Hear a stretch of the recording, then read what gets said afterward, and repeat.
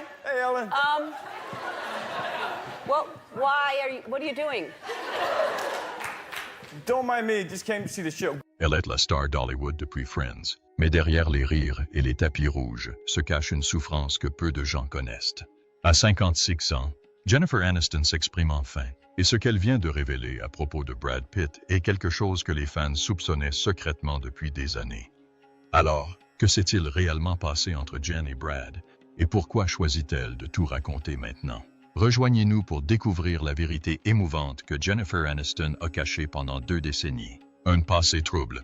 Jennifer Aniston est née le 11 février 1969 à Sherman Oaks, Los Angeles. Dès son plus jeune âge, sa relation avec sa mère, Nancy Dow, a été difficile. Nancy, ancienne actrice et mannequin, se concentrait souvent sur son apparence et sur la façon dont les autres l'apercevaient. Jennifer trouvait cela dur et critique. Sa mère la critiquait fréquemment, lui conseillant de mieux prendre soin d'elle ou de se maquiller. Ses commentaires n'étaient pas occasionnels.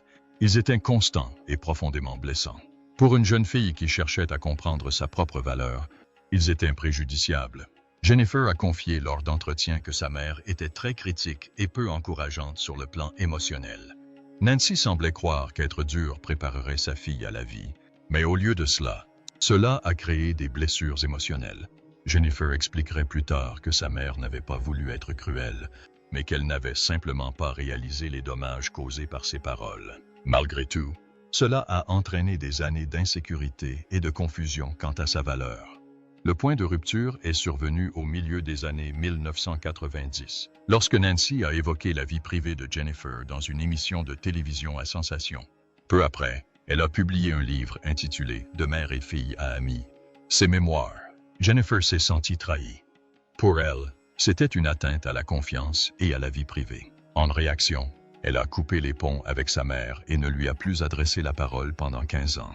Cet éloignement était douloureux, mais Jennifer le considérait comme nécessaire à sa santé mentale. Elle a admis plus tard que la douleur était si profonde qu'elle n'avait même pas invité sa mère à son mariage avec Brad Pitt en 2000. La distance entre Jennifer et Nancy a persisté pendant de nombreuses années. Bien qu'elles se soient reconnectées plus tard, leur relation n'a jamais été complètement rétablie. La douleur de Jennifer, causée par cette expérience, l'a suivie pendant des décennies et a influencé sa perception d'elle-même, de ses relations et même des médias. Son père, John Aniston, était également acteur, notamment connu pour son rôle de longue date dans Des jours et des vies. Alors que Jennifer n'avait que 9 ans, ses parents se sont séparés. Un jour, son père est parti et n'est pas revenu pendant un certain temps. Son absence soudaine a laissé un vide dans sa vie. Jennifer a confié qu'elle se sentait responsable de cette séparation, comme beaucoup d'enfants le font lorsque les familles se désagrègent. Bien que son père soit revenu plus tard dans sa vie, son absence durant ces années clés a laissé Jennifer en manque de stabilité. À la maison, la situation était tendue et incertaine. Mais dans le monde extérieur, elle a trouvé un peu de paix grâce à la créativité. Jennifer a appris très tôt à faire rire les gens et à les mettre à l'aise. Elle a compris qu'en faisant l'idiot ou en imitant les autres, elle pouvait faire sourire les autres. C'est devenu sa façon de gérer la douleur et le chaos. Ce fut le début de sa passion pour le spectacle. Elle fréquenta ensuite une école Waldorf, qui encourageait l'imagination et les arts. À 11 ans, elle intégra un programme d'art dramatique et, au lycée, la Fiorello H. LaGuardia High School of Music and Art and Performing Arts de New York. C'est là que sa passion pour le théâtre a véritablement pris forme. Elle a bénéficié du mentorat d'Anthony Abbison et a intégré le cercle d'art dramatique de l'école. Mais malgré son talent croissant, l'instabilité familiale n'a jamais complètement disparu. Les premières années de Jennifer furent remplies de hauts et de bas émotionnels. Mais au lieu de se laisser briser par la douleur, elle s'en servit comme d'un moteur pour avancer. Elle devint forte par nécessité, développant une force intérieure avant même que le monde ne connaisse son nom. Le parcours de Jennifer dans le métier d'actrice n'a pas été de tout repos. Après le lycée, elle a commencé à passer des auditions et à travailler partout où elle le pouvait. Pour survivre, elle a enchaîné les petits boulots à temps partiel, travaillant comme serveuse, télévendeuse et même messagère à vélo à New York. Ces emplois n'étaient pas prestigieux, mais ils lui permettaient de subvenir à ses besoins tout en continuant à se consacrer au cinéma. Ses débuts furent semés de déceptions. Elle décrocha des rôles dans des séries télévisées comme Ferris Bueller et Malloy, mais toutes deux furent rapidement annulées. Elle a joué dans le téléfilm Camp Cucamonga, qui n'a pas eu beaucoup d'écho. En 1993, elle a joué dans le film d'horreur Le Prochain, un rôle qu'elle a plus tard admis avoir gêné. Le film a été largement critiqué par la critique, et Entertainment Weekly l'a même qualifié d'une de ses pires performances. Jennifer se sentait découragée, ne sachant pas si elle était vraiment faite pour ce métier. À un moment donné, elle a commencé à désespérer. Après de multiples refus et échecs, elle a envisagé d'abandonner sa carrière d'actrice.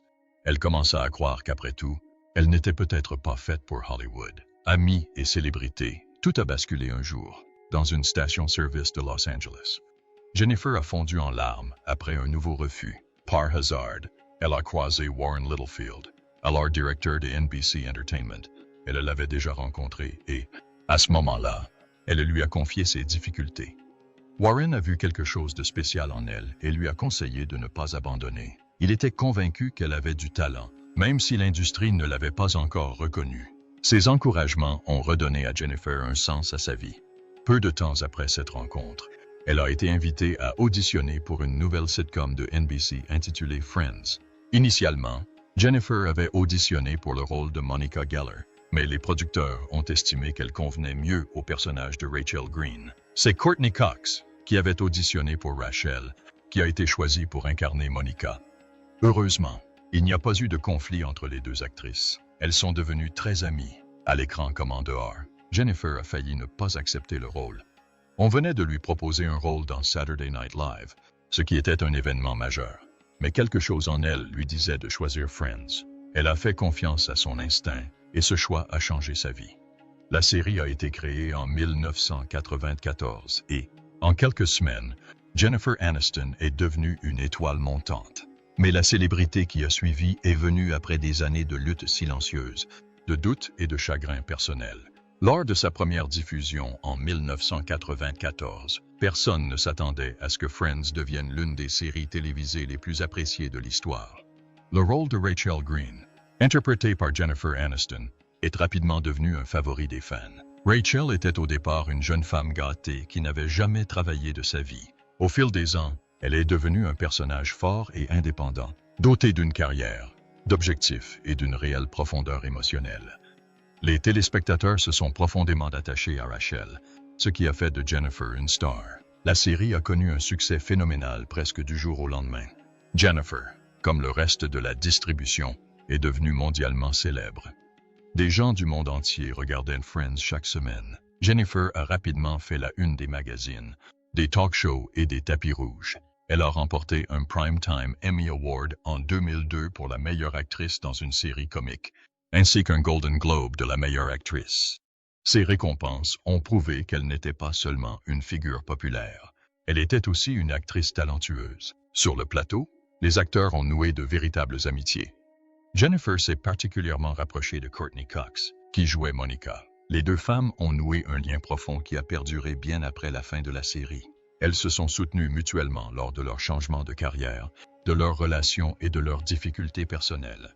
Leur amitié devint l'une des plus solides d'Hollywood, tant sur le plan professionnel que privé.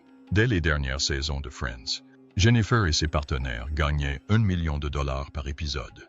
À l'époque, c'était le salaire le plus élevé jamais versé à un acteur de télévision.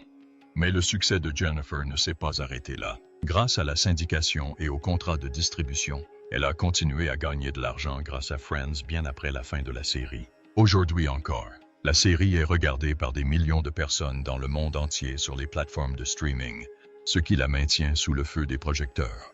Rachel Green n'était pas qu'un personnage, elle est devenue une icône culturelle. De ses coiffures à ses tenues, en passant par son histoire d'amour avec Ross, tout chez Rachel avait un impact. Mais il y avait aussi quelque chose de plus profond. À mesure que Jennifer grandissait, Rachel grandissait aussi. Son parcours émotionnel, apprenant à aimer, à faire des erreurs et à se prendre en main, reflétait sa propre évolution. Jouer Rachel l'a aidé à mieux se comprendre et lui a donné une voix alors qu'elle se remettait encore de son passé. Le couple en or, Jennifer Aniston et Brad Pitt, se sont rencontrés en 1998 grâce à leurs agents. À l'époque, tous deux étaient déjà des stars majeures. Jennifer brillait dans Friends, et Brad était l'un des acteurs les plus prisés d'Hollywood. Leur première rencontre devait être informelle, Mais le courant est immédiatement passé. Ils sont rapidement tombés amoureux. Au début, ils ont gardé leur intimité, profitant de moments loin des projecteurs. Mais en 1999, ils ont fait leur début public en tant que couple aux Emmy Awards. Peu après, tout le monde parlait d'eux. Les paparazzis suivaient leurs moindres faits et gestes, et les fans étaient ravis de voir deux stars hollywoodiennes vivre ce qui semblait être une histoire d'amour parfaite. En juillet 2000, Jennifer et Brad se sont mariés lors d'une cérémonie magnifique à Malibu. Le mariage était privé, magnifique et empreint d'amour. Les médias l'ont décrit comme un conte de fées. Des feux d'artifice ont illuminé le ciel, et le couple semblait heureux et détendu. Cette année-là, ils ont également franchi une étape importante dans leur carrière en lançant Plan B Entertainment, une société de production qui affichait leurs ambitions communes. De l'extérieur, tout semblait parfait. Deux stars belles et talentueuses construisent une vie ensemble. Les choses ont commencé à changer en 2004. Brad a commencé à tourner Mr. and Mrs. Smith avec Angelina Jolie. Sur le plateau, leur alchimie était palpable. Alors que Brad et Jennifer étaient encore mariés, les tabloïds ont rapidement commencé à publier des rumeurs de rapprochement entre Brad et Angelina. Jennifer n'a pas réagi à l'époque, mais le public a commencé à spéculer. En janvier 2005, Jennifer et Brad ont annoncé leur séparation. Ils ont déclaré que c'était une décision pleine d'amour et qu'ils étaient restés amis. Mais quelques mois plus tard, la situation est devenue plus douloureuse. En avril 2005, des photos de Brad au Kenya avec Angelina et son fils Maddox ont fait surface. Ces images racontaient une histoire différente qui a profondément blessé Jennifer. La relation entre Brad et Angelina est soudainement devenue publique et le monde entier était aux aguets. Lorsqu'Angelina annonça qu'elle attendait un enfant de Brad en 2006, ce fut un nouveau coup dur. Jennifer venait tout juste de finaliser son divorce. Les médias créèrent un récit cruel accusant Jennifer, suggérant qu'elle ne voulait pas d'enfant et avait préféré sa carrière. Cette idée a fait son chemin et l'a suivie pendant des années. Jennifer a expliqué plus tard que voir son ex-mari tourner la page si rapidement et fonder une famille avait été bouleversant. Ses amis lui ont confié combien il lui avait été difficile de voir tout cela se dérouler si publiquement. Elle s'est appuyée sur la thérapie, des amitiés proches et des pratiques comme le yoga pour surmonter cette épreuve. Bien qu'elle ait essayé de garder le silence, sa douleur était évidente pour son entourage. Pendant des années, Jennifer n'a pas parlé de ce qui s'était réellement passé. Elle est restée silencieuse alors que les médias laissaient entendre qu'elle avait préféré la célébrité à sa famille. On la critiquait, on supposait qu'elle ne voulait pas d'enfants et on remettait en question ses décisions. C'était injuste et profondément personnel. En 2016, Jennifer en a eu assez. Elle a écrit un essai pour le HuffPost intitulé « For the Record », dans lequel elle critiquait l'obsession des médias pour son corps et les spéculations constantes sur sa grossesse. Elle expliquait combien il était dommageable d'être constamment perçue comme incomplète simplement parce qu'elle n'était pas mère. Mais ce n'est qu'en 2022, lors d'une interview avec Allure, que Jennifer a pleinement évoqué son parcours de fertilité. Elle a révélé qu'elle avait désiré des enfants et qu'elle avait fait de gros efforts pour devenir mère. Entre 30 et 40 ans, elle a discrètement eu recours à la FIV, boudesté chinois et exploré d'autres traitements médicaux. Elle espérait concevoir, mais cela n'est jamais arrivé. Jennifer a confié qu'elle aurait aimé qu'on lui conseille de congeler ses ovules plus jeunes. À l'époque, elle était concentrée sur son travail et ignorait à quel point la fertilité pouvait devenir compliquée avec l'âge. Elle gardait son combat secret, l'affrontant seule, tandis que le monde supposait le pire à son sujet. Ce silence n'était pas dû à son indifférence. Elle restait silencieuse pour se protéger. C'était douloureux, et elle ne voulait pas partager quelque chose d'aussi personnel tant que cela se passait. Maintenant que ce chapitre de sa vie est terminé, elle se dit soulagée. Elle a accepté de ne pas avoir d'enfant et être fière de son parcours, même si tout ne s'est pas déroulé comme elle l'espérait. L'honnêteté de Jennifer a réconforté de nombreuses femmes confrontées à des difficultés similaires. Elle a démontré que même celles qui semblent tout avoir peuvent vivre un profond chagrin en coulisses. Son histoire a permis de dissiper des années d'incompréhension et lui a donné l'occasion d'exprimer sa vérité à sa façon. Mariages brisés et liaisons. Après son divorce douloureux avec Brad Pitt, Jennifer Aniston a traversé une période de guérison émotionnelle. Ce n'était pas seulement la fin d'un mariage, c'était aussi l'effondrement de ce que beaucoup pensaient être l'histoire d'amour parfaite. Mais derrière son image publique se cachait une femme qui cherchait à se reconstruire. L'une des premières grandes démarches personnelles de Jennifer après sa séparation fut de renouer avec sa mère, Nancy Dow, dont elle était séparée depuis de nombreuses années. Leur relation était tumultueuse depuis l'enfance de Jennifer. Nancy avait par le passé critiqué l'apparence et le comportement de Jennifer, ce qui lui avait laissé des cicatrices émotionnelles durables. Le coup de grâce est venu à la fin des années 1990, lorsque Nancy a accordé une interview à Jennifer et a publié plus tard ses mémoires, de mère et fille à amis, que Jennifer considérait comme une atteinte à sa vie privée. Cela a conduit à 15 ans de séparation. Mais après son divorce, Jennifer a commencé à mieux comprendre sa propre douleur et a décidé de se confier à sa mère. Ce n'était pas facile, mais elle a dit que la vie était trop courte pour garder rancune. Elles ont renoué et Jennifer a pu pardonner, voire oublier, le passé. Au décès de sa mère en 2016, Jennifer était en paix, sachant qu'elles avaient renoué leur lien avec le temps. Pendant toute cette période, la thérapie est devenue un élément régulier de sa vie. Elle avait ouvertement d'expliquer à quel point cela l'aidait à gérer ses émotions. Le yoga est également devenu une constante pour elle. Plus qu'un simple exercice physique, il lui a apporté une stabilité émotionnelle, et son cercle d'amis proches, dont sa co-star de Friends, Courtney Cox, lui a offert la loyauté et le soutien qui lui ont permis de garder les pieds sur terre. En 2008, Jennifer a commencé à fréquenter l'auteur-compositeur-interprète John Mayer. Leur relation était intense, passionnée et très publique. Au début, ils semblaient bien assortis, tous deux créatifs, accomplis et avides de rencontres.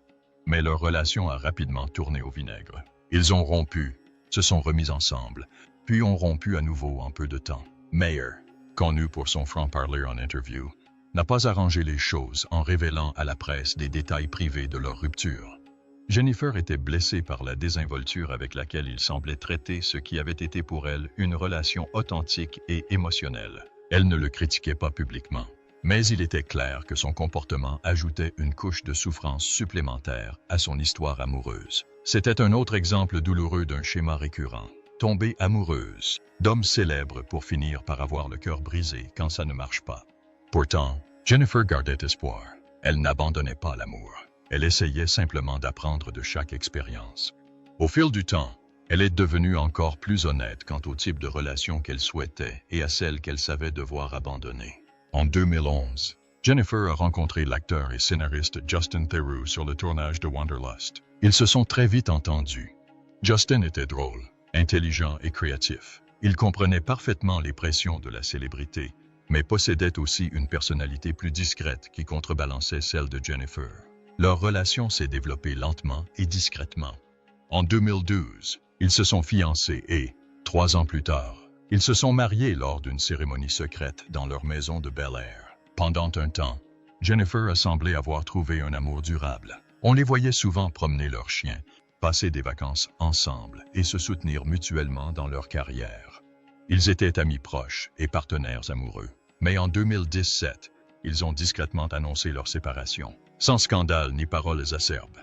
Dans une rare déclaration commune, ils ont affirmé que la séparation était mutuelle et faite avec amour et respect. Pourtant, les fans ont une fois de plus eu le cœur brisé pour Jennifer.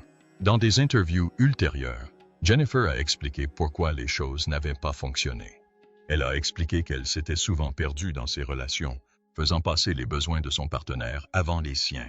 Avec Justin, elle a essayé de trouver un équilibre, mais a fini par réaliser qu'ils avaient des aspirations différentes. Il aimait la vie à New York, tandis qu'elle était profondément ancrée à Los Angeles.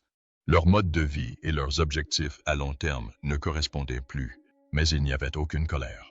Jennifer disait que Justin était resté un ami cher et qu'ils étaient restés en contact. Cette rupture, bien que douloureuse, a été différente. Elle s'est accompagnée d'une croissance et d'une compréhension mutuelle. Jennifer ne s'en voulait ni à elle-même ni à personne, acceptant simplement que parfois l'amour change et que les gens évoluent dans des directions différentes. Ses réflexions durant cette période ont révélé une nouvelle facette de Jennifer. Elle avait appris à se donner la priorité. Elle ne cherchait plus à s'intégrer à la vie ou aux attentes des autres. Elle commençait à comprendre qu'être seule ne signifiait pas être seule. Cela signifiait être entière selon ses propres conditions. L'histoire que tout le monde avait mal comprise. Pendant la majeure partie de sa vie d'adulte, Jennifer Aniston a dû faire face à une question constante, souvent cruelle, de la part des médias. Pourquoi n'a-t-elle pas eu d'enfant? Les gros titres des tabloïds, les rumeurs sur les tapis rouges et les photos de paparazzi spéculant sur un ventre rond l'ont suivie pendant des décennies. Malgré son succès, son talent et son charme, on a souvent réduit son identité à une seule question. Maternité. La pression a commencé peu après que ses amis l'ont fait connaître. Chaque fois qu'on la voyait portant des vêtements amples ou se touchant le ventre sur une photo, les magazines People affirmaient qu'elle était enceinte. À chaque rupture, on attribuait la faute à son refus d'avoir des enfants. C'était devenu un sujet de conversation incessant qu'elle n'avait jamais abordé, mais qu'elle ne pouvait pas échapper.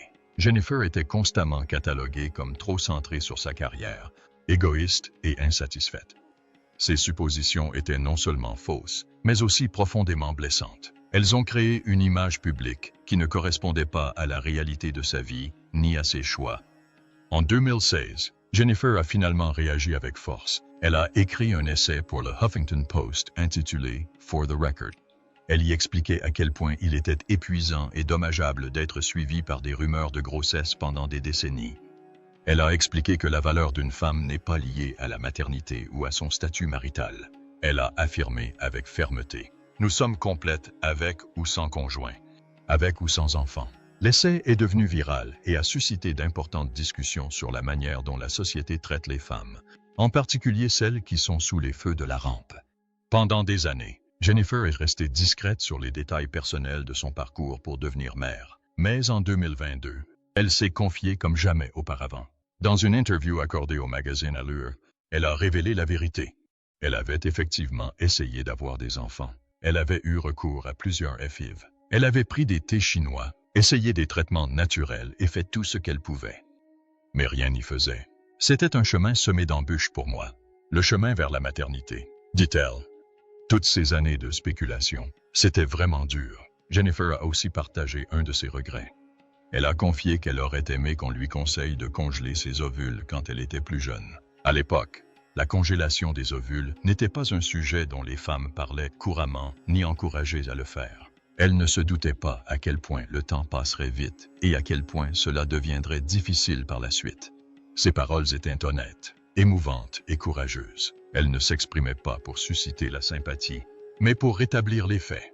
Pour elle-même et pour les nombreuses femmes qui ont traversé la même douleur et le même silence. Aujourd'hui, Jennifer est dans une situation bien différente.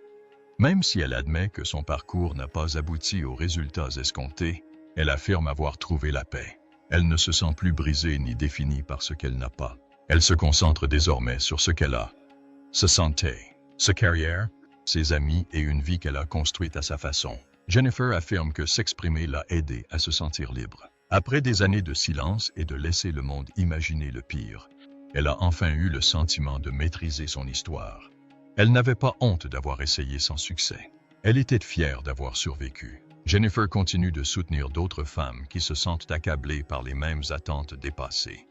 Elle rappelle que tous les chemins ne se ressemblent pas. Et c'est normal. La vérité après 2 décennies. Pendant des années, l'histoire de Jennifer Aniston et Brad Pitt a été traitée comme un conte de fées hollywoodien devenu tragique. Ils formaient le couple idéal de l'Amérique, 2 des plus grandes stars du monde. Profondément amoureux et constamment sous le feu des projecteurs, leur séparation en 2005 a brisé le cœur de leurs fans. La fin de leur mariage a été marquée par les spéculations publiques, les rumeurs de trahison et le silence émotionnel des 2 côtés. Mais aujourd'hui, près de 2 décennies plus tard, Jennifer Aniston dit enfin la vérité avec ses propres mots. Et elle le fait avec honnêteté, force et sérénité. Début 2020, les fans se sont déchaînés lorsque Brad Pitt et Jennifer Aniston ont été vus renouer pendant la saison des Hollywood Awards. Les photos d'eux souriant, s'enlaçant et se tenant la main aux Screen Actors Guild Awards ont suscité un engouement massif en ligne. Les réseaux sociaux ont débordé d'espoir. Se remettaient-ils ensemble? Le temps avait-il guéri de vieilles blessures? Jennifer est restée calme malgré l'effervescence, qualifiant ce moment de doux et amical. En coulisses, ils avaient reconstruit une amitié élémentaire. Après des années sans se parler, ils avaient trouvé le moyen de se montrer à nouveau polis. Pourtant, les gens en voulaient plus. Chaque petite interaction était transformée en quelque chose de romantique. Mais la vérité, dit Jennifer aujourd'hui, est bien plus fondée. Dans les interviews qu'elle a données depuis, elle l'a clairement exprimé. Bien qu'il y ait un respect mutuel, elle ne voit plus Brad en rose. Il n'y a plus de haine, mais il n'y a pas non plus de nostalgie. Elle comprend le pouvoir de la nostalgie, surtout pour les fans qui ont grandi avec leur histoire d'amour. Mais pour elle, cette relation appartient au passé. En 2024, Jennifer Aniston s'est confiée plus profondément que jamais. Après avoir passé près de 20 ans à garder le silence sur ce qui s'était réellement passé, elle a décidé qu'il était temps. Dans une longue interview accordée à un magazine réputé, elle a enfin partagé sa vérité, non seulement sur la fin de son mariage, mais aussi sur les émotions, la confusion et la trahison qu'elle a vécues. Elle a confirmé ce que beaucoup avaient toujours soupçonné. La relation de Brad avec Angelina Jolie a débuté pendant le tournage de Mr. and Mrs. Smith, avant que Jennifer et Brad ne se séparent officiellement. Bien que Brad ait longtemps nié toute liaison, Jennifer a admis qu'elle savait que quelque chose se tramait bien avant que le public ne le sache. Les signes étaient là, a-t-elle dit, et cela m'a brisé le cœur. Je me sentais désemparé, et pourtant, au fond de moi, je crois que je sentais déjà la distance grandir entre nous. Le plus dur n'était pas seulement la trahison. C'était de voir la situation se dérouler si publiquement. Les tristement célèbres photos de Brad, Angelina et de son fils adoptif Maddox à Kenya Beach ont fait la une des journaux quelques mois après le divorce. Puis sont arrivées les nouvelles de grossesse, les apparitions sur les tapis rouges et les interviews d'Angelina qui donnaient l'impression qu'elle et Brad avaient trouvé le grand amour, tandis que Jennifer était laissée pour compte. Jennifer a déclaré que c'était l'un des chapitres les plus douloureux de sa vie. Mais avec le temps, la thérapie et le recul, elle a fini par le voir différemment. C'était un amour magnifique et compliqué, mais c'est fini, a-t-elle confié en 2024. Et ça me va bien maintenant. Elle a reconnu que leur amour était réel, tout comme la douleur de sa fin. Mais elle ne se sent plus prisonnière de cette histoire. Elle est reconnaissante des bons souvenirs et n'est plus en colère contre la tournure des événements. Le temps, dit-elle, lui a apporté la clarté. L'un des passages les plus marquants de l'interview de Jennifer en 2024 a été son explication du pardon. Elle n'éprouve plus d'amertume envers Brad. Elle comprend que les gens changent et que les relations, surtout dans le public, peuvent se dégrader brutalement. Elle a laissé tomber sa colère. Mais cela ne signifie pas qu'elle souhaite revenir en arrière. Jennifer a clairement indiqué qu'elle et Brad ne seraient plus jamais liés. Ils sont devenus des personnes différentes, avec des vies et des besoins différents. Leur relation était réelle, mais elle a pris fin pour une raison. Je n'ai aucun regret, a-t-elle dit. Nous étions jeunes, nous nous aimions, mais parfois l'amour ne suffit pas, et ce n'est pas grave. Elle a également évoqué le 2 poids, 2 mesures auxquelles elle a été confrontée après le divorce. Pendant des années, on l'a taxée de malchance amoureuse ou trop concentrée sur sa carrière. Pendant ce temps, l'image de Brad est restée globalement intacte. Elle estime que ce récit lui a fait plus de mal que la rupture elle-même. Mais aujourd'hui, elle se sent plus forte, car elle raconte enfin sa propre histoire et ne laisse plus les autres l'écrire à sa place. Et c'est la vraie histoire. Crue, honnête, enfin racontée avec ses propres mots. Jennifer Aniston a traversé l'amour, la perte, la pression et la douleur, mais elle en est ressortie plus forte et plus apaisée que jamais. Si vous avez aimé cette vidéo, n'oubliez pas d'appuyer sur le bouton j'aime et de vous abonner pour plus d'histoires de célébrités réelles.